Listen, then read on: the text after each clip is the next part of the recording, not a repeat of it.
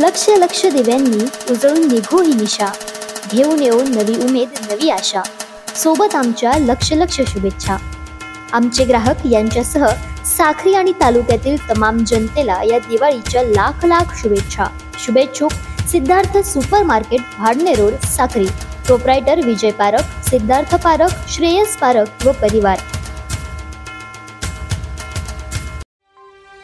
झेप मराठी, आरसा महाराष्ट्राचा। साक्री शहरातील वॉर्ड क्रमांक 3 मधील वाढत्या नागरी समस्यांमुळे नागरिकांना मोठ्या अडचणींचा सामना करावा लागतोय। या समस्यांकडे प्रशासनाचं लक्ष वेधण्यासाठी नागरिकांनी नगर परिषदेचे मुख्याधिकारी तुषार सोनवणे यांना निवेदन दिले। या निवेदनात रस्त्यांची दुरावस्था, बंद पथदिवे, झुडपांची वाढ आणि परिसरातील चोरीच्या वाढत्या घटनांमुळे निर्माण झालेली असुरक्षितता यासारख्या अनेक समस्यांचा उल्लेख करण्यात आलाय। नागरिकांचे दैनंदिन जीवन या समस्यांमुळे विस्कळीत झाल्याचे देखील नमूद केले आहे। शहरातील वॉर्ड क्रमांक 3 मधील अनेक ठिकाणी पथदिवे बंद असल्याने रात्रीच्या वेळी अंधाराचे साम्राज्य निर्माण होते। या अंधाराचा फायदा चोरटे घेत असून नागरिकांमध्ये भीतीचं वातावरण निर्माण झालंय।